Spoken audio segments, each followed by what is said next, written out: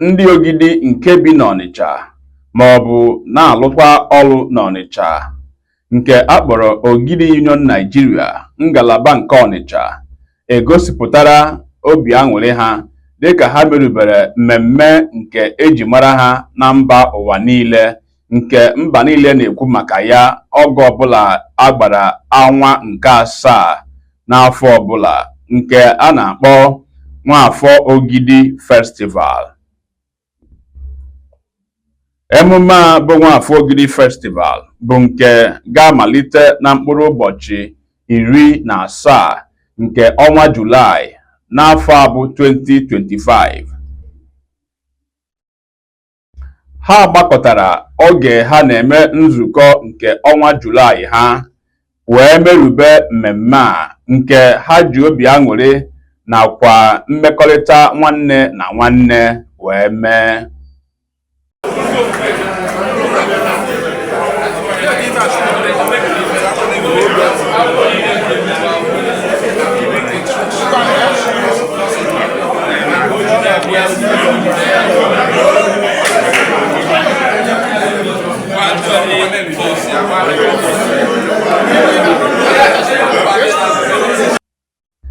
Ha were obi aṅụrị n'ụdị pụrụ iche iji gosipụta ezi nwanne na nwanne na-atọ ụtọ ma bụrụ ihe kwesịrị ka a na-anọkọ dịka nwanne na nwanne.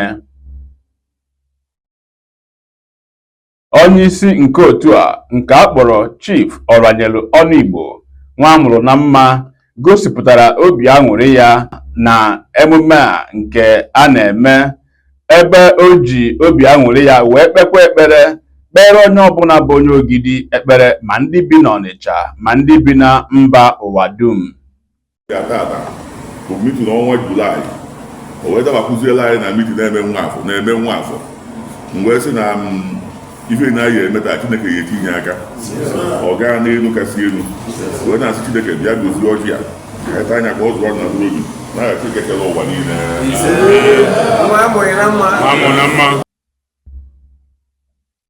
Nke a gosipụtara n'eziokwu na emume a bụ emume ndị Ogidi ji wee dị ebube nke fa ji echeta nwanne ha ma kwue ife dị mma ma ọ bụ mee ife dị mma nye nwanne fa ebe ọbụla fa nọ, maka na ha na-asị na onye Ogidi adịrọ anọ n'ụzọ wee na-eme mmemme dị otu a. Wee na-ekele Chukwu na-ayị ụmụnne anyị na-esoro wele eme tata ka ọ narụ mkpụrụ obi n'udo n'aha Jizọs. Anyị nwabụ ndị kwudorie wee na-eme ụkwụ anyị ji bịa ebe a wee na-enwe aṅụrị nke anyị ji wee na-ya aka mma in Jesus name. Na-ayị ezekutiv tinyere ife a na Chineke ya gozi fa. The executive Ogidi Union Ọnịcha branch bụ Ejiamat.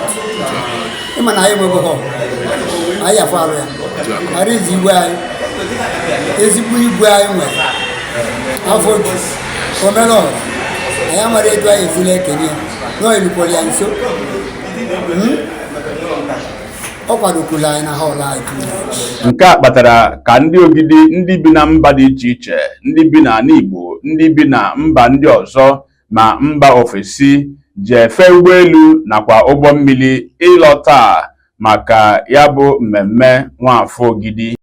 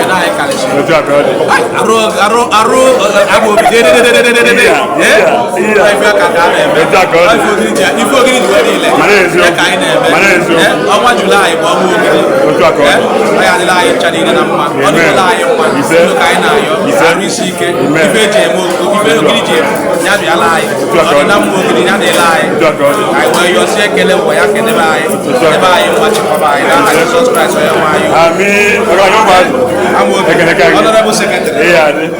Na mekene no yake tufana mkano ngirita na nnọkọ ụmụnne amaka ju akọwadi nwetara ka nnọkọ ụmụnne ju akọwadi ka bụ mbụ ndị dị ebe a ndị ebe a na-ewe ọmasị m ju akọwadi ana ekene m maka ịnabata m ndị anabago nwanne bụrere nwanne nwanna bụrere nwanna narịrị nne ọgbara m n'ọnụ ewo ezudo ezudo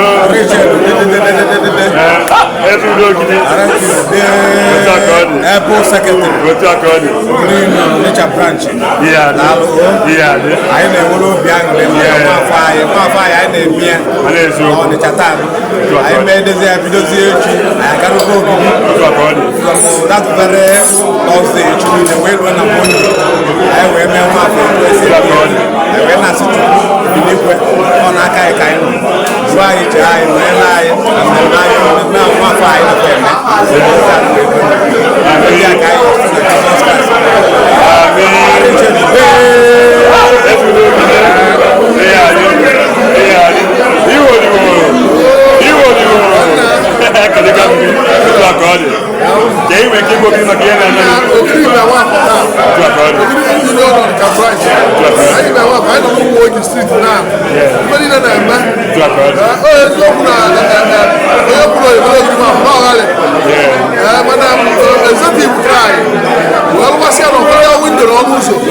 members wey be say window to all uso n'ọnya mmanụ ibe anyị na-akwụkwọ ọnya ka isi Ogidi bụ Ogidi bụ ibe siri ike Ogidi mụta amụma ya na ndị so ibe anyị na-adị mụ na ụmụnne m ndị Ogidi ya na ndị ezi mkpọ ibe m ka anyị na-abịakwa nzukọ a na ibe dị ike dị na nzukọ a ibe dị mma ibe ndị Ogidi dị ihe erika so daalụ Igwe otu nnaga ochie ya dị ndị ka inwe ka igwe Ogidi maka ihe na-emenụ ọ na-aga ọfụma otu aka ọ dị ya dị smato otu aka ọ dị. Ogidi Community emelubera mmemme nke ha kpọrọ Mgbagbogho Festival 2025. Dịka ha si wee kọwaa, emume a bụ emume a na-eme iji gosipụta ịdị n'otu nakwa mmekọrịta nke nwanne na nwanne ya. Ọ bụkwa oge eji ekpe ekpere wee nye ụmụ agbọghọ ndị na-eto eto ndị lugoro ogo ịnụ di gbasara alụmdi ha nakwa ngọzi ndị ọzọ ndị nne na ndị nna na-enye ụmụ ha. Egwu nke a na-akpọ ịtụ nchọkọrọ.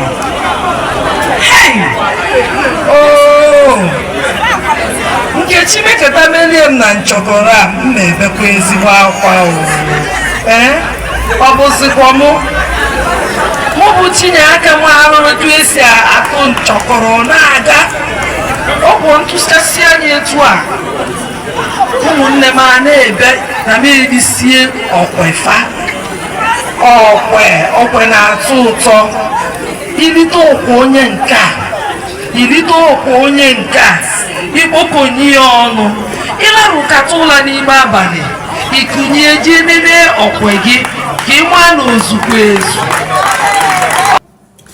Dịka onye nke PG nke Ogidi bụ Honorable Ikwuka Okoye anụ mmiri Ogidi si wee kwuo, ọ sịrị na ezigbo mmụọ niile na-eme ife dị mma n'Ogidi ekunitela ịgbara ndị Ogidi ọgụ nakwa ịgọzi ndị Ogidi n'ụdị pụrụ iche. No, this is a confirmation of that the gods of Ogidi are awake, bring everything together. Okay. So if you're not golf man, if I make today Mgbagbogho, you know, and we might not get it all right, but we're just starting. The next year will be better than this. N'okwu ya, ọ kpekwara ekpere nye ụmụ agbọghọ ndị Ogidi niile wee na-ekwu na nwa agbọghọ ọbụla bụ onye Ogidi nke lugoro ogo ịnụ di mana ọ nụbeghị di ga-anụrịrị di n'isi nso a dịka emerubere emume a ma mechaa anya ọfụma otu a. No, the objective bụ ndị na-enwere di enwe di. Ndị na-eburu ọfụma na bejifa ya na ọfụma. Very happy that ife ndị na-eme na my regime and ife ndị na-eme because the gods of Ogidi dey in support. O kwukwara okwu wee gwa ndị Ogidi ndị nọ na mba ma nwoke ma nwaanyị ka ha na-elute n'ụlọ maka na Ogidi bụ obodo bụ sọ mma kịta. Onye ọbụla bụ onye Ogidi na side where I support Ogidi. Some of them because of insecurity, some because of victimization and injustice. But Famana today, opposite the same thing. It's a different ball game. Come and call down home. Far from opposite to all the garden. This is a new Ogidi, and I'm proud to be the beginner of a new Ogidi. N'aka nke ọzọ, ndị nne ndị ọdịnala jikwa oge a wee mee ka ọra mmadụ mara na omenala na ọdịnala abụrụ ife ọjọọ, na ọ bụ igosipụta otu ndị Igbo si eme na otu ndị Ogidi si eme dịka ọ dị n'oge gboo, mgbe nwanne na-afụ nwanne ya n'anya, nwanne na-emere nwanne ya ife dị mma, nwanne anaghị afụ ebe ife ga-eme nwanne ya tinye aka na ya. Na ọ bụ ụdị a ka a na-egosipụta iji mee ka ịfụnanya dị otu a na-achịyata ma bụrụkwa ihe ga-eguzosi ike n'etiti mmadụ na ibe ya n'Ogidi.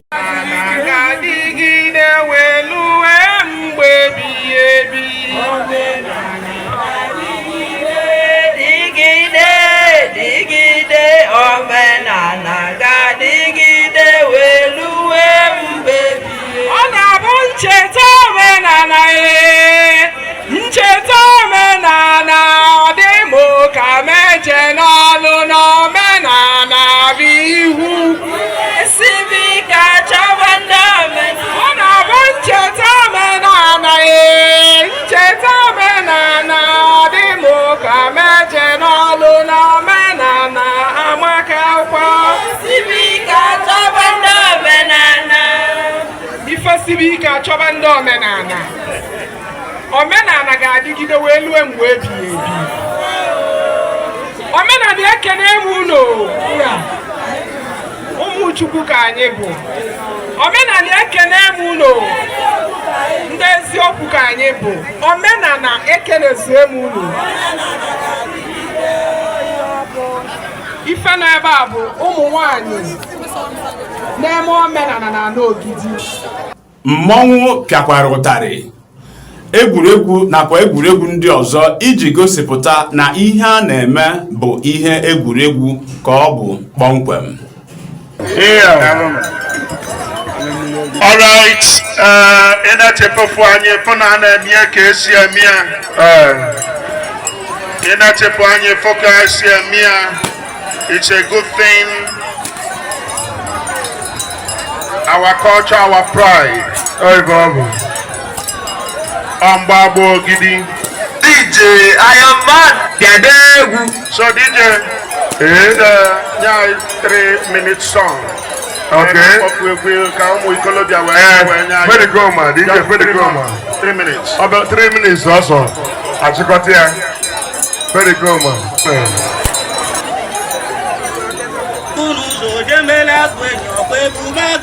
Mgbagbogho na-eche agụ. Emekwana agụ enyi n'ọgwụ Mgbagbogho na-eche agụ. DJ Iron Man.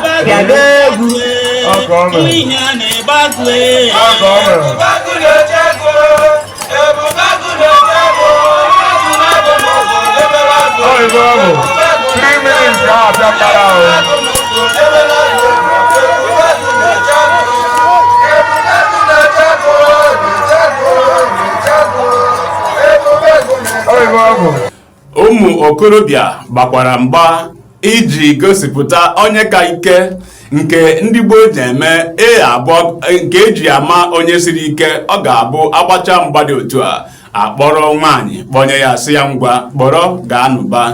Otu a ka ụmụ okorobịa si wee mee ya na ya bụ emume Mgbagbogho 2025.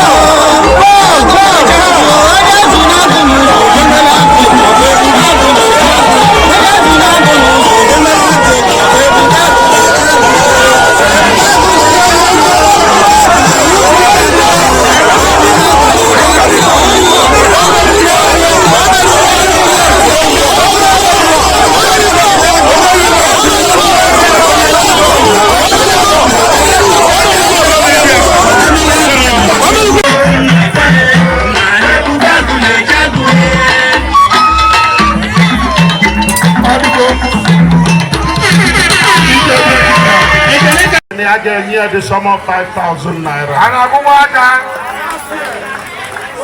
Go with you. Oh, see what we are doing. Oh, see what we are doing.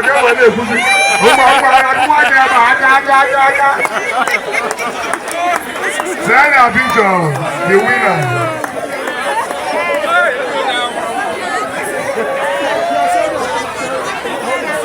The positive effect of ife melụtata n'ọnụ ndị oyibo bụ na ụmụ anyị ndị na-atalụ maka mmemme ị na-anya when the first speaker, the second speaker kwuru ọ sị na culture and our tradition ọkọwa anya ụmụ ife mgbe gboo a na-emesi mgbe gboo nabagolu n'ụmụ anyị na-abịa echetazi tata ịpụ ka anyị mere atụrụ ọga egburu ọga atụrụ fuel egburu chọlọkọtọ fancha niile bụ ife Ogidi na-eme. Ịma na ịbịa n'ala Igbo na Ogidi so na ndị bụ Ogidi abụọ ka yala ịkpọba afọ ọnwa obodo ndị ọya adịghị ezebasị na pasi ebe a ndị anyị nwa bụ Igbo bụ Igbo egwu ọgwụgwụ bụ na Ogidi ka o chiri ọdụdụ mana abịazi kịta ọ dịka ụmụ ife ndị a na-anasịzi mgbe ọbụla onye ọbụla nọzi n'ebe ife melụtara ụmụaka niile ozugbo atụsịrị suel ebe a ịpụ na mgbago geeti ebe niile okelekele ụmụaka gaba nọzi na-atụbịa bụ suel ozugbo nwere ike ịgwa maka Mgbagbogho sekọnd Mgbagbogho Ogidi 2025 bụ na nwa agbọghọ nke this year ya aka nke last year mma.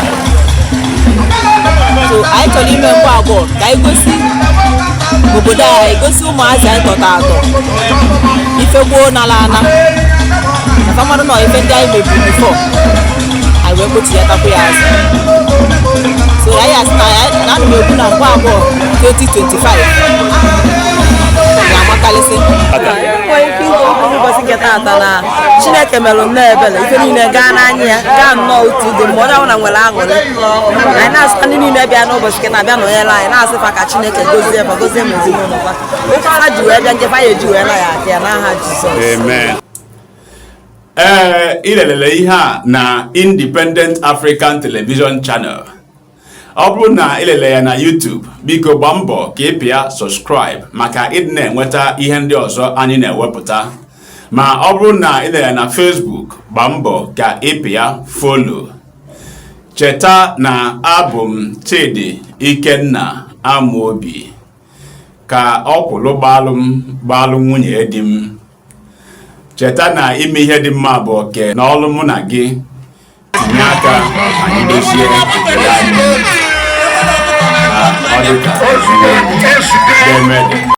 It was a moment of hope and assurance of better days ahead.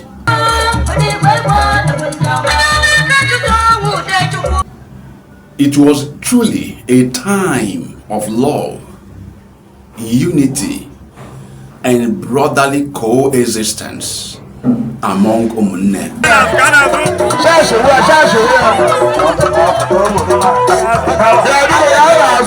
It was time of joy.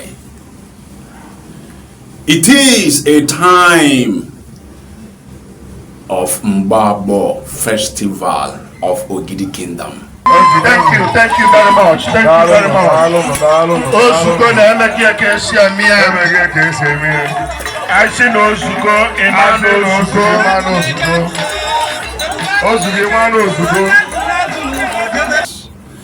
What is it about Mgbagbogho Festival of Ogidi Kingdom?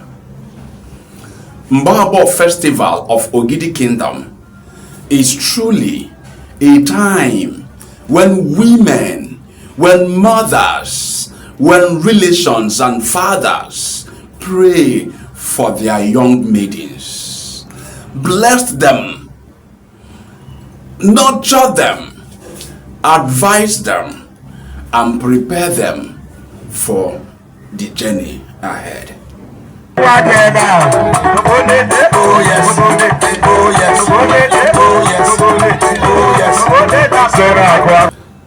The people of Ogidi Kingdom celebrated in a grand style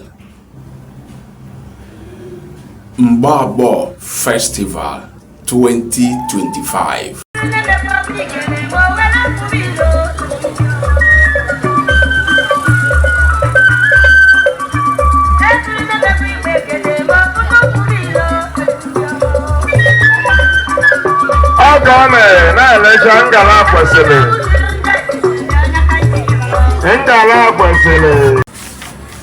The whole world seemed to have been there to witness the festival.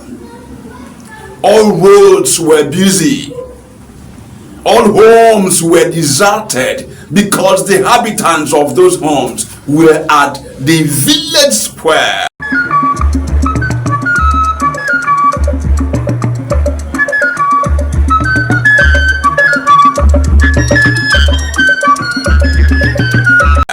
Ogidi Town Hall to witness the great festival of Ogidi Kingdom.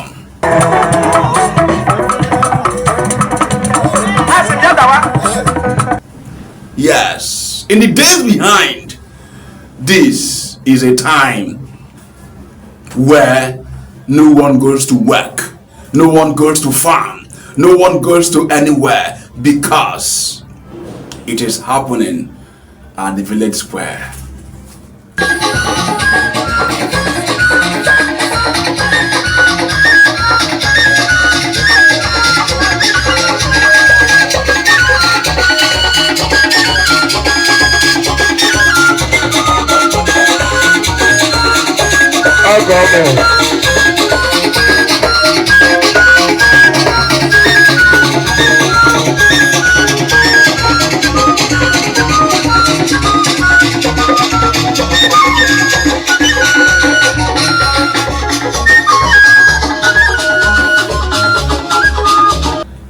Mgbagbogho Festival is specifically designed for the maidens of the community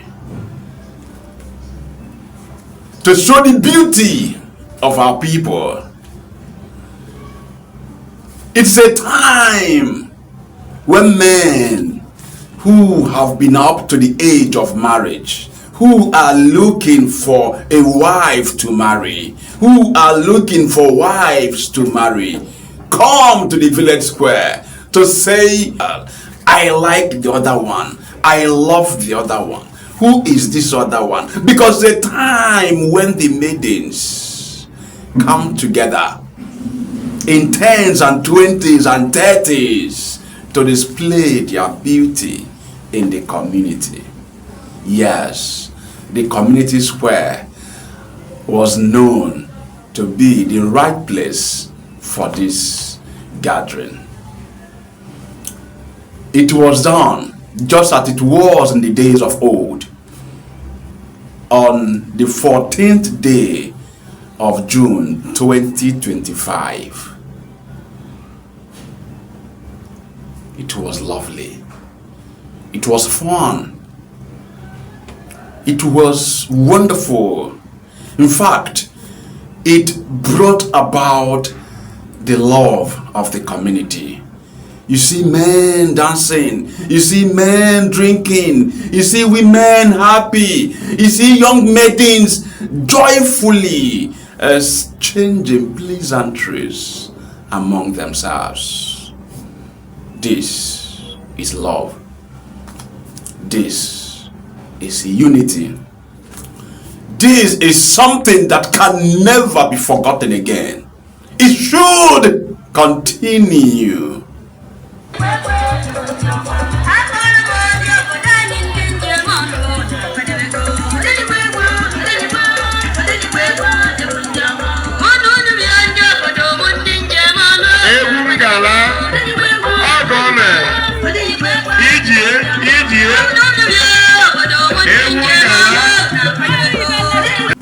Oh, thanks to the maidens, and most especially the leader of the young females of Ogidi Kingdom,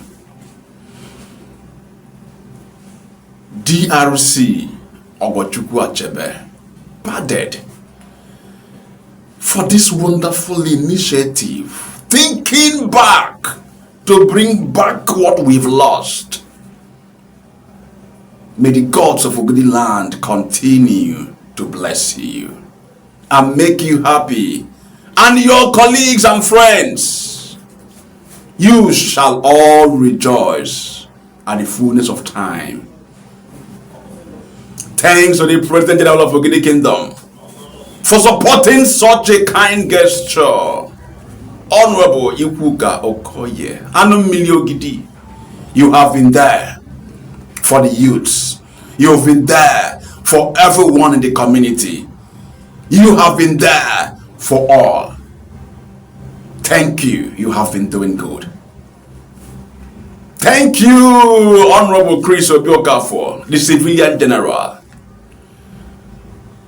In fact, Ogidi is now sweeter than what anybody can think of. You people have made it so. May the gods of the land continue to bless you. Watch this and see for yourself. This is a culture in display. My name is Chidi Ikenna Amobi.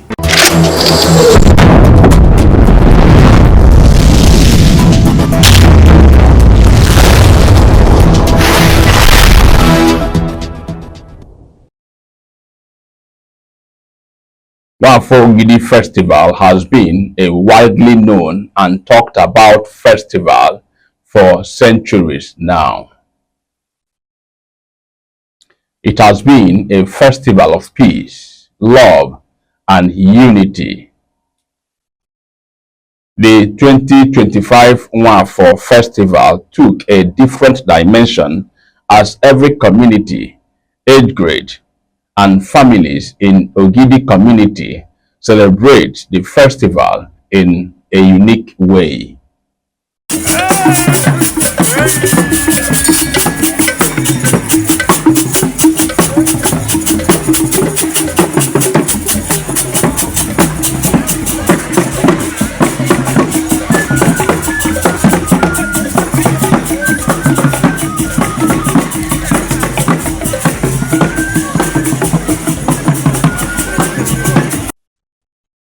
At Ogidi Town Hall, several masquerades danced and displayed at the admiration of the people.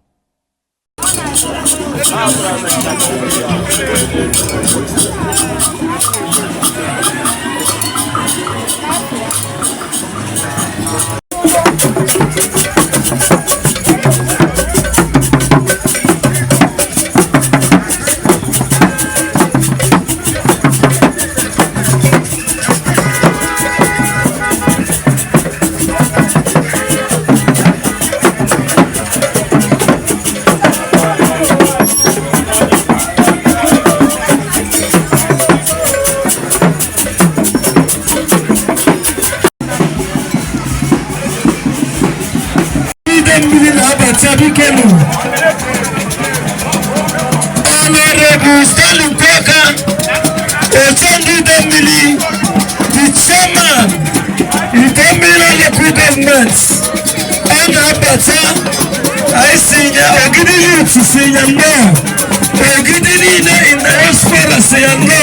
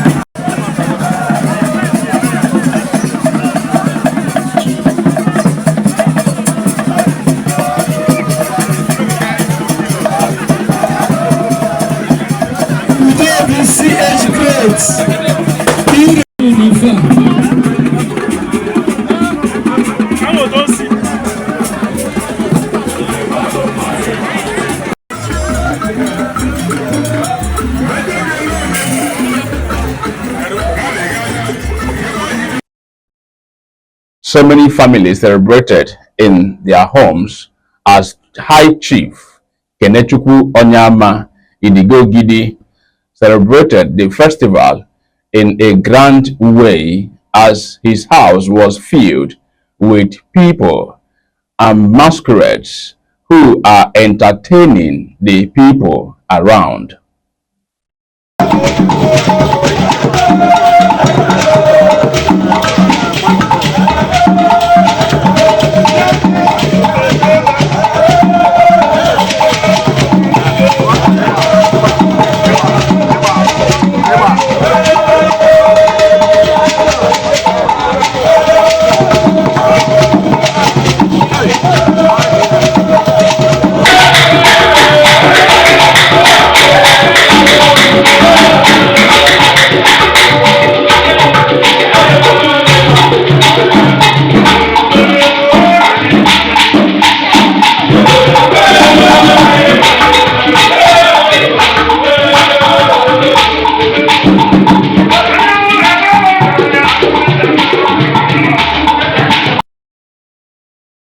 prestigious dynasty of Amobi family had the celebration in full scale at the Igwe Amobi Palace.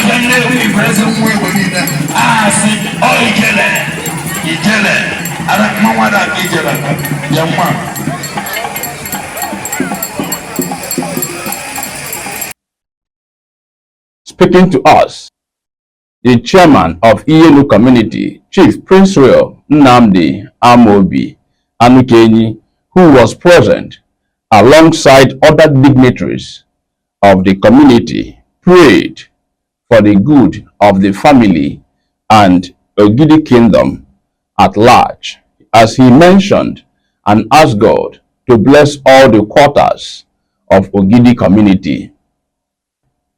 At the same time, Chief Engineer Chike Amobi Akibu Ogidi blessed the day and prayed for the success of the program and everybody at large in Ogidi community.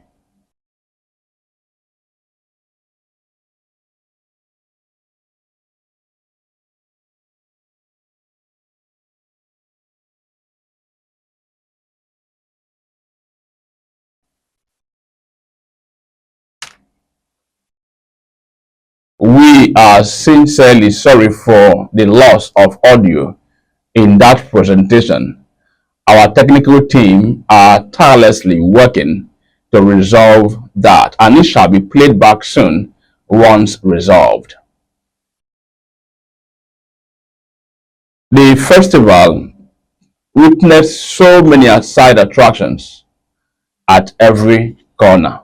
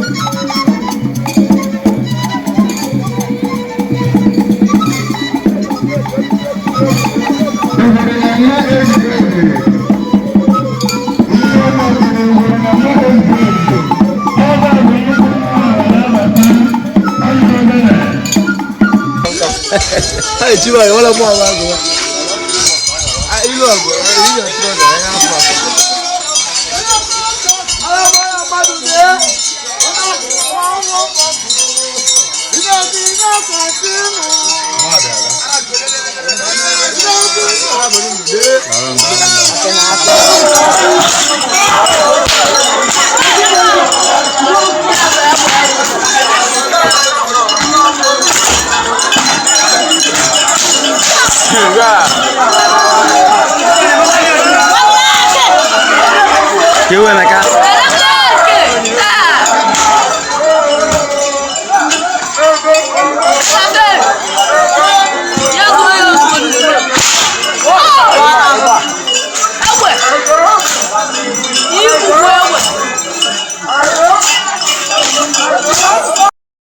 This is Independent African Television Channel. Subscribe to this channel if you're watching this video on YouTube, and follow this page if you're watching this video on Facebook. I am Chidi Ikenna Amobi. Do have a nice day.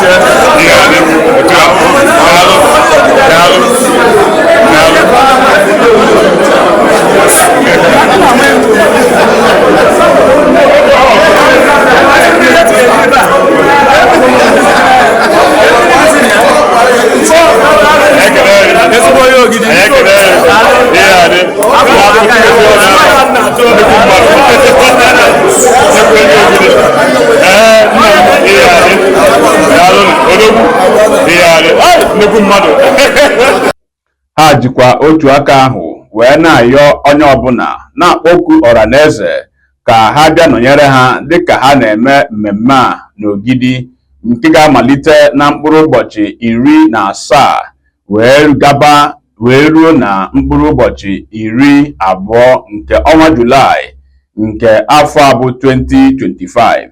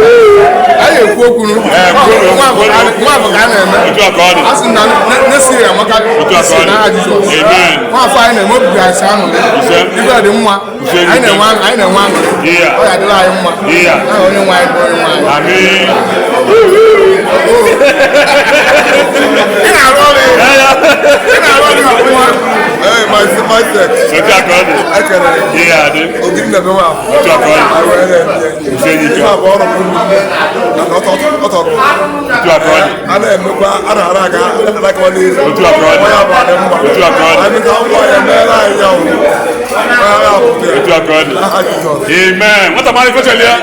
I'm a good on Ogidi. I can I give them Ogidi.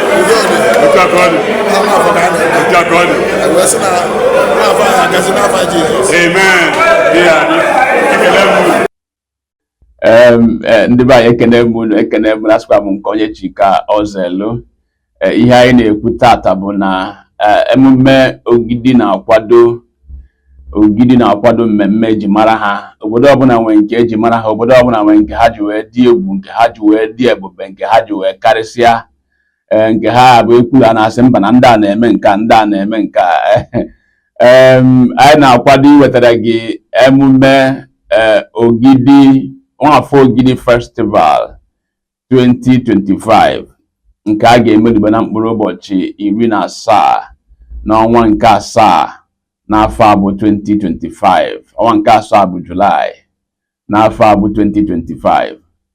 Anyị wee na-asị onye ọbụla mmadụ na ihe bụ nnukwu mmemme. Ọ bụ mmemme na-ejikọ ndị Ogidi ọnụ, na-ejikọ ndị Idemmili ọnụ, na-ejikọ ndị Igbo niile ọnụ, maka na ọ bụ mmemme onye ọbụla ma maka ya.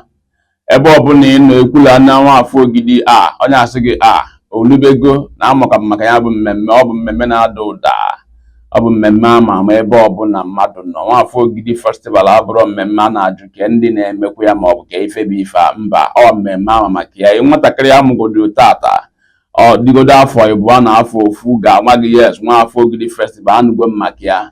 Ekweghị ghọta na eziokwu ka m na-agwa gị sị ọ nnukwu mmemme onye ọbụla ma maka ya. A na-akwado ka emee ya na mkpụrụ ụbọchị 17 n'ọnwa nke asaa bụ Julaị n'afọ a bụ 2025.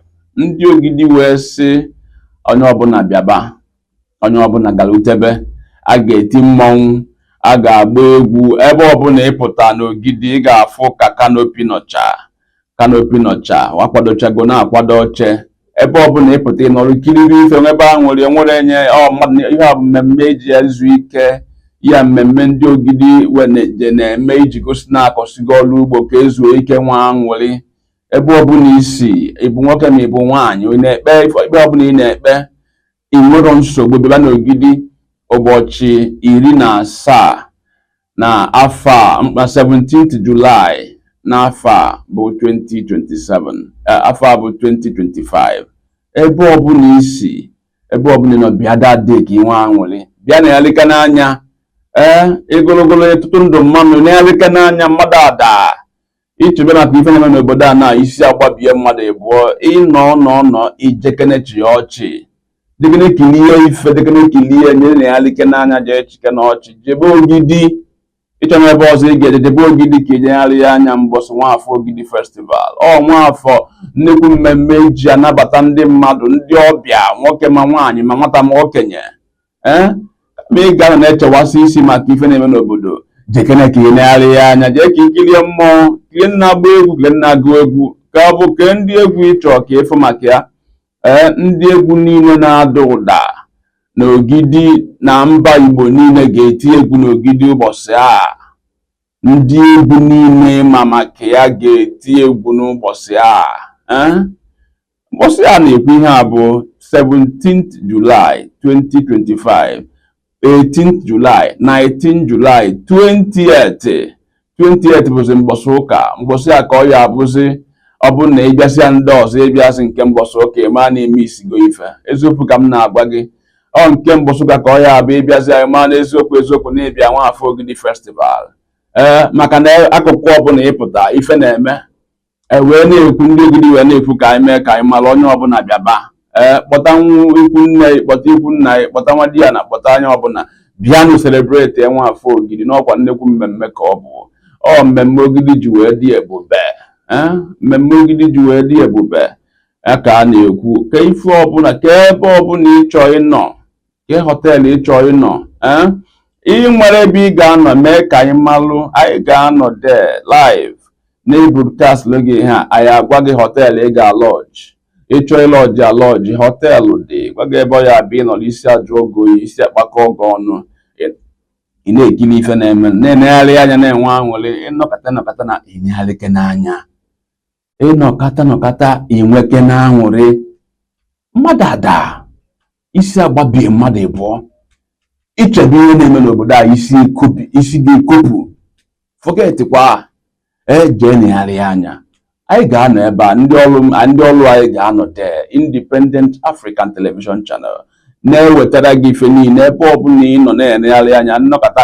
tinye foonu gị ife anyị na-ewetara gị anyị ga-anọ there live ka anyị gosi gị ka Ogidi ji wee dị ebube gosi gị ife na-eme n'Ogidi ebe ọbụla ị nọ anyị nọ ebe a ka anyị gwa gị na nke a bụ nke anyị so ụmụnne m ebe ọbụla isi Anambra isi Imo isi Enugu isi Abia isi Delta isi Lagos isi Abuja isi South Africa ọ bụzi US ka ọ bụ Europe ebe ọbụla isi gbaa flight ozugbo enter the next available flight na that 15th or 16th or even tata gbaa moto bataba ka ị na-ele ya anya ka egwu kene egwu ka echi ọchị ka efe ụmụnne mmemme eji eme udo mmemme eji achịkọ ọnụ udo amaka family na-eso okwu ewele ọ ga-adozie anya oge ndozi ka ọ bụ ọ ga-anwụrị ka ọ bụ ọ ga-aga n'iru ọ ga-eji ekpe ekpere bịakene ka ị na-ele ya na Nwafor Ogidi Festival 17th July 2025 ka oge amalite mbọsị ụka bụzi nke a ga-eme ọ bụzi na ịbịazi ịmakwa na gị ma onwe gị ọkwa na ije ụlọ ọgwụ asị na BP ya aligo ịmakwa na gị ma onwe gị maka na BP gị ele ya ịma ife sie jekene chi ya ọchị ka ịkpapụ BP jekene ka ikilie mmụọ ka iwepụ BP n'alụ gị ife na-abụkwa na ọgwụ ka eji agwụ ya onwe nke eji negharị anya agwọ onwe nke eji nri agwọ ebe na-abụrụ ọgwụ ebe na-abụrụ ihe aṅụ ọgwụ wee gwọọ ya jekene chi ya ọchị ka BP gị na-agbatu kilie mmụọ BP ga na-agbatu ihe m na-agwa gị taa iche na-asị anwụ ọ bụsọ gị nwere nsogbu ndị nwere nsogbu erika jegoro chi ọchị n'Ogidi jee kilie mmụọ n'Ogidi ka BP gị gbatuo jee kilie mmụọ n'Ogidi jekere ke na-agụ egwu ọdịnigbo Ogidi ya nọ live na-agụ egwu ndị Ogidi ji dị ebube ga-anọ na-agụ egwu jekere ka ikilie mmụọ n'Ogidi jee kilie mmụọ ka BP gị gbatuo maka ndị echiche egbuo biko ị na-aghọta ife m na-ekwu alụ ka anyị na-atụ gbaa mbọ debe Ogidi maka Nwafor Ogidi Festival 2025 aga m anọde aga m ewetakwara gị ebe na-eme na Independent African Television Channel abụ m onye nke gị Chidi Ikenna Amobi ka ọ dị ọ ga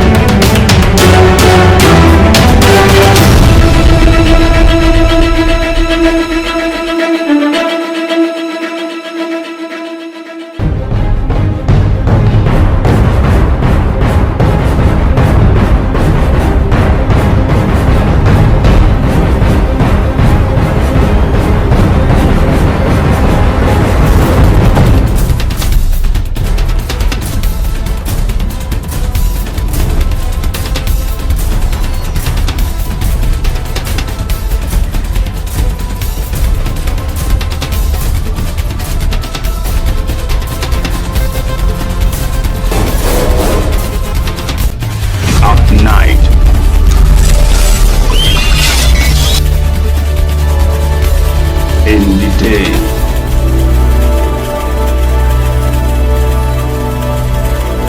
Whenever and wherever, we are here for you. We are independent.